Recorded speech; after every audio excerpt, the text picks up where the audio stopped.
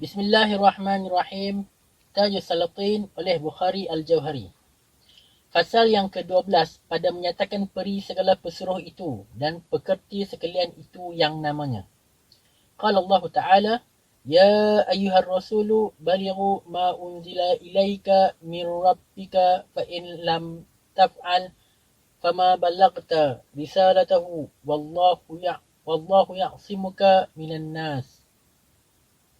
Artinya, hai yang maha mulia pesuruh, sampaikan olehmu barang yang diturunkan kepada kamu daripada Tuhan kamu. Jikalau tiada juga kamu sampaikan, maka tiadalah kamu sampaikan pesuruhannya seperti Tuhanmu menyuruhkan kamu kepada menyampaikan itu. Dan Allah Ta'ala memeliharakan adamu daripada segala kejahatan sekalian manusia itu. Maka jangan kamu takut daripada orang dan sampaikan jua barang yang dititahkan Tuhan kamu padamu itu.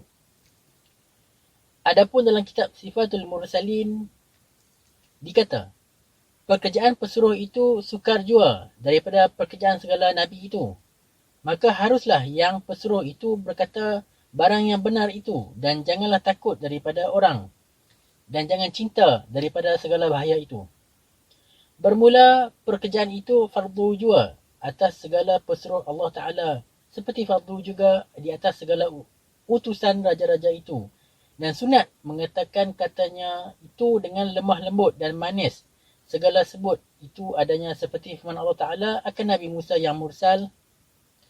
Kalau Allah Ta'ala, faqula lahu qawlan layyina. Artinya, hai Musa dan Harun, katakan oleh kedua kamu akan Firaun itu kata yang lemah lembut. Adapun dalam kitab itu berkata, hendaklah pesuruh atau utusan itu baik rupanya dan manis katanya dan lidahnya fasih dan ibaratnya sahih dan erti katanya sarih. Dan hendaklah ia berpengetahuan dan budiman dan arif dan bijak lakunya pada berkata-kata dan mengerti segala perkataan. Dan hendaklah ia benar kerjanya dan sungguh katanya dan banyak bicaranya dan kurang tamaknya dan kurang lobanya dan teguh agamanya dan suci perketinya. Kerana utusan ganti mata dan telinga dan lidah raja itu. Dan daripada utusan itu, nyata budi dan bicara raja itu yang menyuruhkan dia. Adapun dalam kitab Adabur Rasul, dikata, daripada dua perkara, nyatalah dua peri segala raja-raja itu. Pertama, daripada utusan itu, nyatalah budinya. Dan kedua, daripada hadiah itu, nyatalah himatnya. Bermula, bertanyakan daripada Raja Ardashir pada menterinya. Apakah itu yang terlebih kerugiannya dan terbanyak kejahatannya dalam segala pekerjaan raja-raja itu? Katanya menteri itu, pesuruh itu yang pergi kerana kehendak dirinya berkata-kata dan terlebih kebinasaan dalam pekerjaan segala raja-raja daripada itu.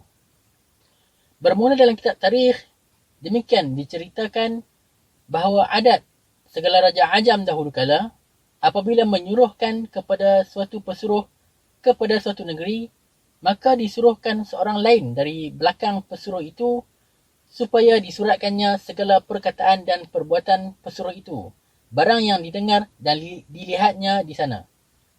Apabila kembali pesuruh itu, maka orang yang lain itu pun membawa surat itu kepada raja. Maka raja pun membanding penyahut pesuruhnya dengan surat orang itu, dan jika tiada berlainan penyahut itu dengan surat itu, maka raja pun diharap padanya dan dipercayai akan sahutnya dan dimuliakannya ia adanya. Hikayat Iskandar Zulkarnain menyuruhkan seorang utusan kepada Raja Dara. Apabila sudah kembali utusan itu membawa surat kepada Iskandar dan dibaca surat itu dalam satu perkataan, syak jadi pada hati Iskandar sehingga ia bertanyakan daripada pesuruh itu, engkau dengarkah daripada Raja Dara perkataan itu? Maka sabda pesuruh itu, hamba dengar dengan telinga daripada lidah Raja Dara demikian itu. Maka Iskandar tiada dipercayai jua akan kata itu dan disuruh suratkan kata itu dan menyuruhkan orang yang lain pula kepada Raja Dara. Apabila raja itu membaca surat itu, dan sampai kepada kata itu, maka ia pun mengambil pisau. Dikerat kata yang demikian dalam surat itu. Lalu ia membalas surat Iskandar mengatakan dalam surat itu, adapun pohon kerajaan dan kebesaran dengan kebenaran budi dan bicara raja itu, dan pohon kebenaran raja dengan kebenaran lidah dan kata pesuruh itulah, kerana pesuruh barang yang dikata daripada lidah rajanya itulah berkata dan jawab pada perkataan ia membawakan kepada telinga raja itu dengan sebenarnya jua. Bermula aku mengeratkan kata ini dari dalam surat itu, kerana kata itu bukan kataku. Dan tak kala aku baca suratmu itu, sudah ada hadir pesuruhmu. Sahaja aku suruh kerat lidah pesuruhmu itu dari dalam mulutnya, seperti aku sekarang mengeratkan kata itu yang bukan kataku dikatakannya. Maka surat itu pun sampai kepada Iskandar, maka dibacanya surat itu. Maka dipanggil pesuruhnya itu, ditanyakan daripadanya, apa sebab engkau dengan sepatah kata ini mahu membinasakan banyak negeri dan banyak orang? Apa kehendakmu daripada perbuatan ini? Maka kata pesuruh itu, adalah mereka itu taksiran pada pekerjaan itu dan tiada memeliharakan aku seperti kehendakku. Maka titah Iskandar, hai ahmak, engkaukah sangkakan bahawa kami menyuruhkan engkau kerana pekerjaan engkau juga, supaya membicarakan bicara sendirimu saja dan membinasakan begitu beribu-ribu hamba Allah, sehingga disuruh Iskandar keluarkan lidahnya dan dipesannya berseru dalam segala negeri, inilah segala orang yang berbuat khianat akan membawa perkataan segala raja-raja. Hikayat demikian diceritakan dalam kitab tarikh bahawa Sultan Humayun menyuruh seorang utusan kepada Raja Khurasan.